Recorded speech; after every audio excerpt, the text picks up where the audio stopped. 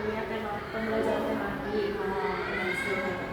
Nah, di sini saya akan menanyakan seperti penerapan kurikulum Merdeka ini, terus pada saat masih memakai kurikulum 2013 dan pada saat melakukan penilaian pada siswa-siswa di kelasnya.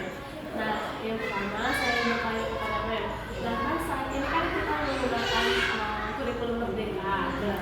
Nah, bagaimana cara Mem untuk memahami penerapan kurikulum Merdeka ini di kelas rendah ya, Mem? Memahami atau menerapkan? Memahami sama sekali menerapkannya. Ya, kalau untuk memahaminya, ini kan hal baru ya, jadi pasti mesti banyak belajar juga apa itu kurikulum Merdeka, misalnya sumber-sumber pembelajaran seperti dari internet, dari YouTube, kemudian dari ruang guru ada ya, ruang GPK itu untuk menggali apa itu kan kurikulum Merdeka.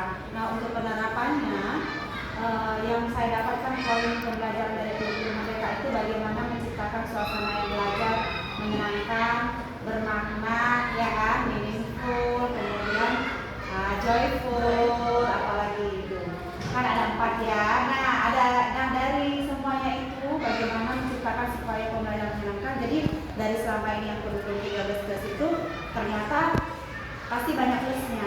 Nah, di mana untuk menciptakan suasana belajar menyenangkan, kita harus membuat anak-anak senang lebih dulu, enjoy mereka waktu mau opening, ya kan, pembukaan pembelajaran, sampai benar-benar kita mempersiapkan mereka ini sepertinya sudah bisa masuk ke pembelajaran. Nah, anak-anak juga menerimanya sekarang, menerima pembelajaran itu sudah jauh lebih, oh ternyata begini, mereka jadi sudah lebih terbuka, kalau tidak paham bertanya.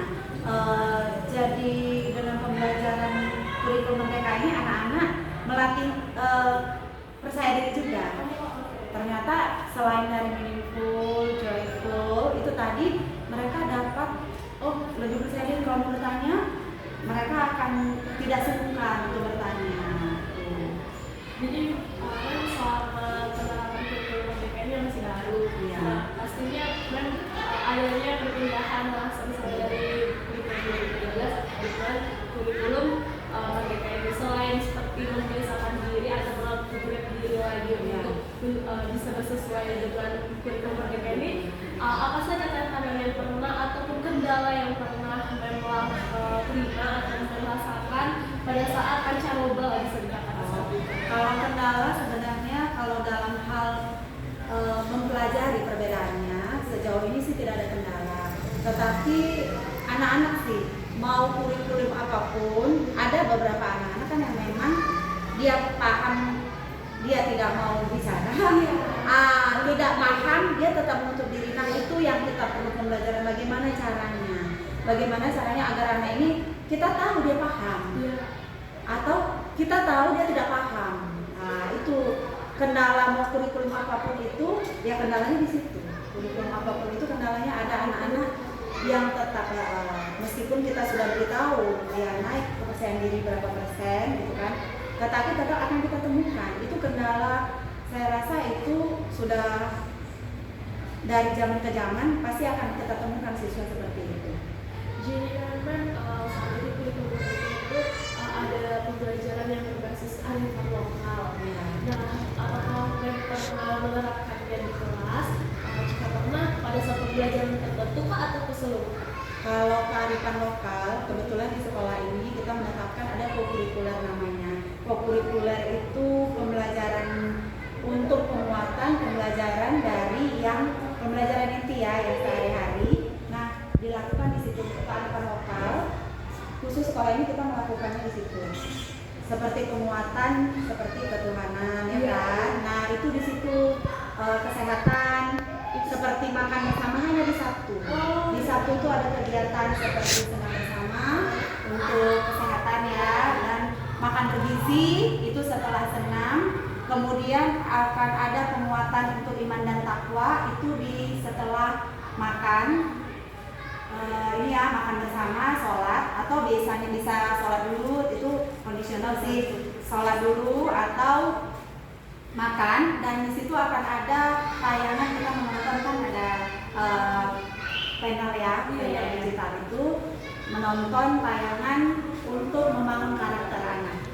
Itu ada tayangan. Sekali satu sekolah ini, Satu sekolah melakukan baik dari kelas 1 sampai kelas 6. jadi kayak menonton bersama. Bersama memang nobar, seperti nobar. Iya. Nanti akan kita sampaikan, kita tanya poin-poinnya yang menyimak cerita tadi tentang apa, begitu. Tayangannya penguatan karakter, seperti menerapkan rasa empati, tolong menolong. Nah, kalau kearifan lokalnya, untuk yang wilayah ini kan, untuk seperti yang mau digali itu ada seperti apa ya, kearifan lokal kan mungkin kalau dekat dengan sawah kita bisa mengenalkan, gitu kan, cara bertani, melihat. Nah, kalau kearifan lokal ada pernah melakukan, tapi lebih ke ini sih seperti menanam, karena meskipun bukan tidak ada petani kita melakukan seperti tadi, tapi itu di hari-hari lain kita bersama, misalnya satu depan setelah menonton kita menanam lagi ya, mengenalkan tanaman, kemudian suruh ini aja observasi lingkungan sekolah. Berarti belajar sekalian menggali pengalamannya dan juga praktiknya juga. Oke, berarti banyak juga yang ditempuh pada saat hari Sabtu. Hari Sabtu itu banyak kegiatan. Saya selalu lebih suka lebih banyak kegiatan karena satu, anak-anak tidak ada yang namanya tulis baca itu kan nanti di hari biasa kan. Nah, kalau di hari Sabtu itu lebih banyak bisa mereka biasanya bawa buku, ada agenda. Setelah ditanam nanti ambil di pohon itu. Nah, mereka ada buat jurnal begitu. Jadi sekarang kan kita kilas balik pada saat penerapan kurikulum 2013 ini. Kan kurikulum 2013 itu menerapkan pendekatan saintifik ya, yang ada 5M itu ya, mengamati, menanya, dan sampai berkomunikasi. Nah, saya yang bertanya kepada Mem, pada saat penerapan kurikulum 2013 itu, apakah Mem merasa terkendala karena si 5M ini atau malah terbantu? Sebenarnya tidak ada terkendala sih, terbantu sih. Sebenarnya perubahan kurikulum baik kurikulum 2013 ya, kurikulum dan IKM ini ya sebenarnya sejalan, meskipun tetap mengamati, tetap anak-anak observasi gitu kan. Tetap sebenarnya baik kurikulum berapapun kita tetap harus menciptakan suasana belajar yang menyenangkan. Itu poin penting sebenarnya. Jadi tetap, hanya saja ini kita lebih terbuka, anak-anak mengikuti perkembangan zaman. Apalagi sekarang lebih canggih. Dan anak-anak sudah mengerti seperti digitalisasi, anak-anak sudah mengerti menggunakan gadget, gawai sendiri dan sebagainya. Nah, kadang mereka jadi lebih terbuka saat menemukan kata-kata baru. Mereka akan nanya, ini apa sih artinya ya? Ada ketemu begini. Lebih tinggi dengan era digitalisasi sekarang itu. Jadi kita harus upgrade memang. Guru harus upgrade. Iya. Belajar terus ya. Iya, memang benar, belajar sepanjang hari. Iya. Oke. Baik, ada lagi. Jadi apakah semua langkah-langkah kegiatan saintifik itu menerapkan di semua pembelajaran? Di semua pembelajaran itu pasti sejalan. Di semua pembelajaran harus itu mengikuti. Itu mungkin harus mengikuti step-stepnya kan, seperti harus mengamati dulu, ataukah bisa random milihnya dulu tergantung Ya, biasa itu tergantung situasi pembelajarannya tentang apa. Misalnya yang pembelajaran kemarin sudah mengamati. Nah, maka ini kalau pembelajaran lanjutannya ya bisa untuk langkah berikutnya. Gitu. Step berikutnya itu kondisional sih, disesuaikan. Respon siswa bagaimana Bu? Iya. Kalau respon siswa anak-anak positif, yang penting kita ciptakan bagaimana mereka happy dalam menerima pembelajaran. Jadi mereka tidak merasa terbebani kan, karena misalnya kalian harus banyak kali stepnya yang 5 ini, jadi mereka jadi capek, jadi mumet ataupun terbebani. Kalau capek, biasa kita kondisikan misalnya bagaimana, kita balik lagi tanya. Kalau misalnya bagaimana mereka mengalami kendala, kan kita atasi. Gitu. Sebenarnya itu komunikasi bagaimana guru dengan siswa sih. Bagaimana cara kita. Dalam proses penilaian, memang menggunakan model penilaian macam mana? Kalau penilaiannya ini untuk yang evaluasinya ya. Iya, seperti penilaian yang hanya berfokus pada hasil atau nilai akhir akhir atau penilaian seperti proses yang disebut autentik. Ya, kalau saya sih lihat proses juga, proses dia belajar otentik. Jadi bagaimana dia sehari-hari pembelajarannya ya, peningkatan dia gitu. Itu sih. Jadi kan kalau misalnya ada beberapa siswa yang pada proses itu dia giat man, tapi pada hasil mungkin dia masih kurang. Itu bagaimana cara Mel untuk mengatasinya? Kalau saya ada waktu-waktu tertentu, saya itu panggil face to face, bicara sama saya. Kamu kemarin belajarnya sudah bagus dan sebagainya, itu ada pembicaraan. Atau kemarin udah benar, kenapa hasilnya bisa seperti ini? Kemarin sudah paham, benarnya di mana? Itu selalu ada. Saya akan biasanya sih itu per 2 minggu atau sebulan sekali, atau di saat itu dia tadinya saya lihat dia prosesnya sudah bagus, tapi hasilnya tidak, itu saya panggil. Itu di saat itu respon siswanya iya tidak paham di mana, nah kita sharing. Jadi saya tidak menjadikan untuk ngejudge bahwa bukan justifikasi ya. Misalnya kita ngejudge anak itu nggak paham kenapa begini, bicara nggak pahamnya di mana, atau kita sudah lihat prosesnya bagus tapi kenapa saya tarik kursi, misalnya biasanya di sebelah saya ada 2 kursi, itu satu untuk siswa yang nggak paham saya tuntun bisa, atau terapkan tadi tutor sebaya. Itu berarti untuk tutor sebaya itu keberhasilan berhasil. sangat berhasil. Kalau saya bilang di kelas saya sangat berhasil tutor sebaya. Bisa jadi kata-kata saya tidak bisa dipahami mereka, tapi yang paham dan itu dia bisa menyampaikan, dan itu sebagai tutor sebaya saya juga tidak saya ada apresiasi dengan tutor sebaya jika dia berhasil. Itu saya ada penerapan poin itu penambahan poin. Poin itu akan saya akumulasikan untuk sebulan sekali, jadi dia dapat apresiasi seperti apakah hadiah, bisa buku cerita atau mainan edukatif. Berarti semangat dong ya? Iya, ada perhitungannya dan saya punya buku untuk perhitungan itu. Jadi berhasil tidak? Saya sudah bisa mengajari, saya panggil, mana benar tidak, bisa tidak, wah ternyata bisa hebat, dapat, itu ada. Menurut Mem, apa yang perlu diperbaiki atau malah ditingkatkan dalam pelaksanaan pembelajaran di kelas tadi? Dalam pelaksanaan pembelajaran mungkin ini ya, terkadang kita guru kan juga perlu, kita mungkin bisa jadi saya menyampaikan pembelajaran itu agak terlalu cepat. Iya. Itu mungkin pastinya kendala banyak guru ada seperti itu, kita tidak sadar, gitu kan?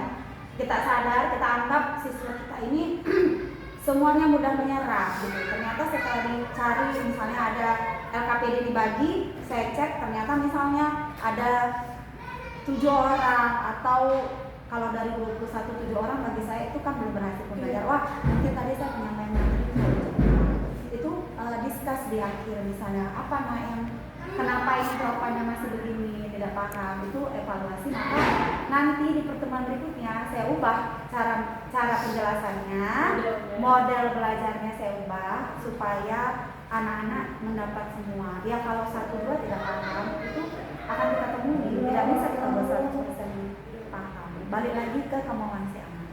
Jadi Mem selama mengajar di kelas ini ada tidak cara komunikasi khusus Mem dengan orang tua terkait perkembangan peserta didik di kelas? Ada, biasanya saya kalau pembelajaran ya Miss, kan ada grup kelas. Iya. Nah, setiap ada informasi, segala informasi itu saya bagi ke orang tua. Tetapi misalnya nanti ada beberapa anak yang tidak membawa buku, itu saya WA pribadi ke orang tuanya, atau saya telepon, Bu, si A sudah belajar 3 hari ini tidak membawa buku yang sesuai dengan mata pelajaran. Anaknya saya bagi jadwal pelajaran semua. Yang ini sama saya di kelas, mereka punya semua. Satu-satu saya bilang tempel di lemari atau di dinding. Tapi kenapa dia tidak? Saya komunikasikan ke orang tua mau dibantu atau apa. Nah, anak yang misalnya sulit membaca, itu ada pembicaraan dan bertemu langsung sama orang tuanya. Saya panggil, mohon dibantu pendampingan, meskipun di sekolah sudah ada, saya ada mengajari di sela-sela nanti anak-anak mengerjakan, kan? Ada mengerjakan LKPD itu saya panggil, dan ada yang khusus guru untuk mengajar tambahan membaca. Itu ada. Kalau membaca tulis ya, kesulitan baca tulis. Jadi intinya di grup kelas saya sampaikan, tapi kalau hal yang bersifat seleksi itu saya WA pribadi. Jadi ada tidak pernah ditemukan yang orang tua siswa itu memberikan anaknya 100% kepada guru, di mana diberikan siswa itu kepada guru, jadi dia udah orang tuanya dilepaskan Itu ada. Itu tidak lepas nih dari hal-hal seperti itu. Akan kita temukan orang tua yang tidak. Ini contoh seperti tadi ujian. Saya sudah masukkan kita 7.45 dan itu sudah saya informasikan di grup dan ujian. Saya telepon orang tuanya di grup Pak memang belum hadir, yang lain sudah hadir. Terkaget orang tuanya. Oh ujian, aneh kan? Padahal sudah saya info di grup, sudah saya kasih kisi-kisi. Dan orang tuanya ada di grup dan aktif dan membaca. Katanya tidak tahu bahwa anaknya jadi tadi datang 8.15 terlambat tidak apa saya tunggu. Kan sudah saya informasikan itu. Akan ada seperti itu mis, 3 orang tadi mis, dan satu lagi mengakunya sakit, dan itu kita akan menemukan hal-hal seperti itu nggak luput dari ini. Ada orang tua yang bilang, oh iya maaf aku sakit begini gitu, padahal di hari biasa kalau sakit jam 7 dia sudah WA. Kenapa dia baru informasi waktu kita telepon? Saya bilang ibu, kenapa baru informasi sekarang? Dia sudah iya ini kalau baru panggil dokter. Itu pernah terjadi dan kemarinnya minggu lalunya terjadi seperti itu. Izin sakit, tapi waktu datang anaknya ditanya temannya kesiangan. Akan ada nih seperti itu. Padahal yang ngerti itu kan orang tua di grup. Nah jadi saya sudah selalu bilang Bapak Ibu mohon supportnya. Tapi itulah upaya yang bisa kita lakukan. Apa yang terjadi di rumah itu juga tanggung jawab dia. Itu aja. Yang penting segala hal sudah kita lakukan. 3 orang tadi sudah saya teleponnya sudah hadir. Kenapa kaget? Apa ujian? Saya sebegitu rasanya mengempas udah effort, anaknya sudah dikasih latihan soal, sudah dikumpulkan, bahkan kisi-kisinya sudah, jam hadir sudah, itu dialami akan ada seperti itu. Tapi ya sudah, kita tugas saya selesai, tugas orang tua sekarang. Oke, terima kasih Ya, atas jawaban-jawaban yang luar biasa dan Ya itulah, semoga bisa membantu ya, bisa membantu dan menjadi guru-guru yang punya misi lebih baik ke depannya ya. Semoga mereka juga makin sehat, Amin. jadinya makin kuat untuk mengajar.